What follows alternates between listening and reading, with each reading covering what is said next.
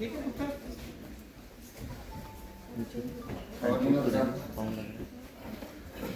سے پہلے میں اسلام آباد ہائی کورٹ بار ایسوسیشن کی کیبنٹ کا مشکور ہوں کہ مجھ ناچیز کو انہوں نے بلایا قانون کی حکمرانی کے موضوع پہ وکلاء حضرات سے خطاب کی.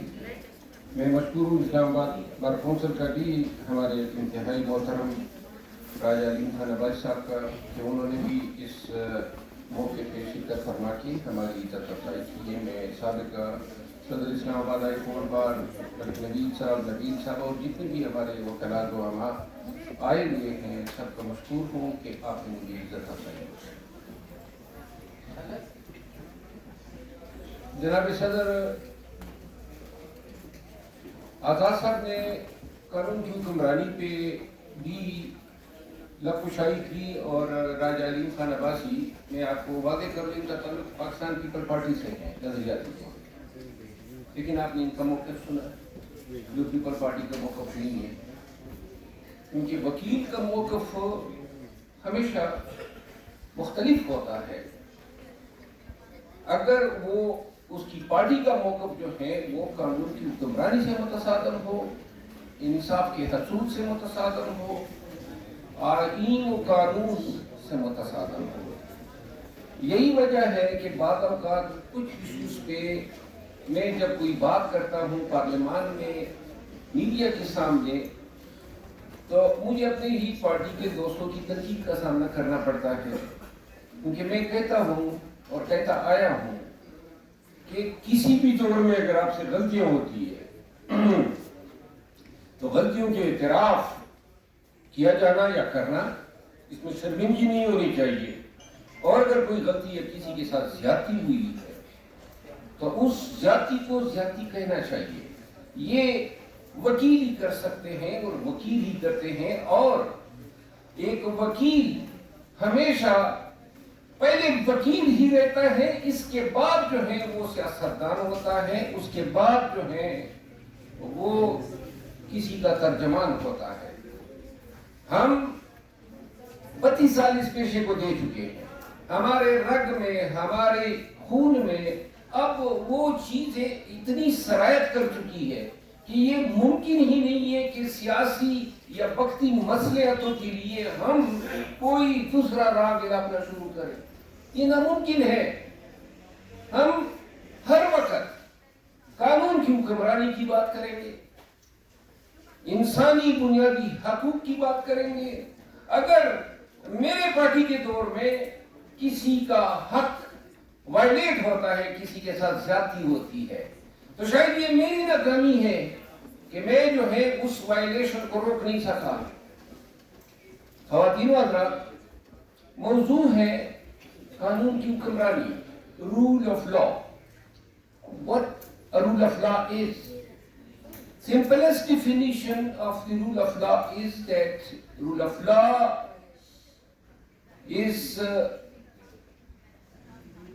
a set of laws, institutions and norms which ensure the equality of citizens before law and makes the government answerable for its excesses or for violation of the rights of its citizens.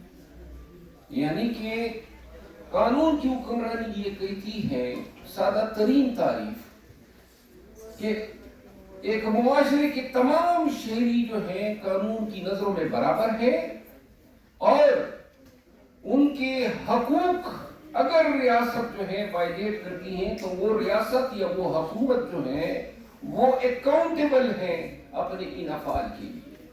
تو جس نظام میں، جس معاشرے میں یہ آپ کو نظر آتا ہو کہ شہری جو ہیں ان میں کلاس کی تفریق نہیں ہے، ان میں مذہب کی بنیادوں پہ تفریق نہیں ہے، ان میں زبان کی بنیادوں پہ تفریق نہیں ہے، جنس کی بنیاد پہ تفریق نہیں ہے.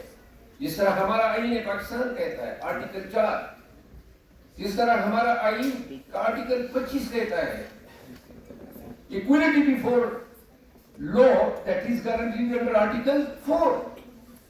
اب جو آپ کی بنیادی حقوق ہے، یہ بنیادی حقوق آپ لوگوں نے پاکستانی میں بہت زیادہ سنا ہے کہ یہ ہے کیا چیز؟ یہ وہ حقوق ہے جو آئین پاکستان اکنالج کرتا ہے اور جن کی انفورسمنٹ کا اختیار جو ہے وہ عدلیہ کو دیا گیا ہے اور حکومت کو تابع بنایا گیا ہے۔ رول آف لا چونکہ ہمارا جو موضوع ہے وہ محدود تو نہیں رکھا ہے کہ پاکستان میں قانون کی حکمرانی کا کیا معیار ہے اور کیا صورتحال ہے، لیکن صرف 2-3 حوالے میں دوں گا۔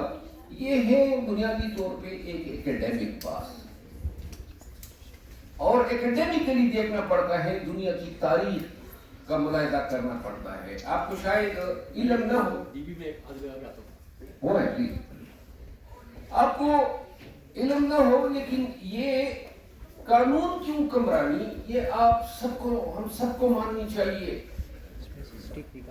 کہ دنیا میں بہت سارے مذاہب، بہت ساری تہذیبیں آئی اور ساتھ میں اپنے قوانین بھی لائی، لیکن جہاں قانون کی حکمرانی کی بات ہوئی ہے تو جدید دنیا میں میڈیول ٹائمز پہ نہیں جاتا ہوں، یا کرسچینٹی یا جب اسلام کا ظہور ہوتا ہے اور کس طرح انہوں نے جو ہے اپنے شہریوں کو یا اپنے ماننے والوں کو قانون کے تابع اور معاشرے کے اندر رواداری، انصاف، بنیادی حقوق کی پروٹیکشن اپنے حد تک اس زمانے میں فراہم کی۔ لیکن جدید دنیا میں ہمارے سامنے جو عملی مثال ہے وہ انگلستان کی ہے، یونائٹڈ کنگڈم۔ 1660 میں اس وقت کی چیف جسٹس نے قرار دیا کہ جو انگلستان کا بادشاہ ہے وہ کوئی بھی قانون پارلیمنٹ سے کنسلٹیشن کے بغیر نہیں بنا سکتا ہے۔ اب یہ وہ زمانہ تھا جب منارکی تھی، بادشاہ تھی۔ ہمارے ہاں تو چند ممالک میں بھی بادشاہ چل رہی ہے، وہاں تو ٹیٹولر منارکی ہے، برائے نام کنگ ہے، اختیار کوئی نہیں ہے۔ اس کے بعد تسلسل ہوا، میگنا کارٹا آیا، اور اب ہم 19ویں 20ویں اور اب موجودہ دور میں آ گئے، اور یہاں اس سفر میں کچھ اقدار بن گئے۔ مغرب میں جو اقدار بنے ہیں قانون کی حکمرانی کی، ان کی 2-3 مثالیں میں اگر دوں کہ وہاں کوئی وزیر، کوئی جج، کوئی صحافی، کوئی وکیل یہ تصور نہیں کر سکتا ہے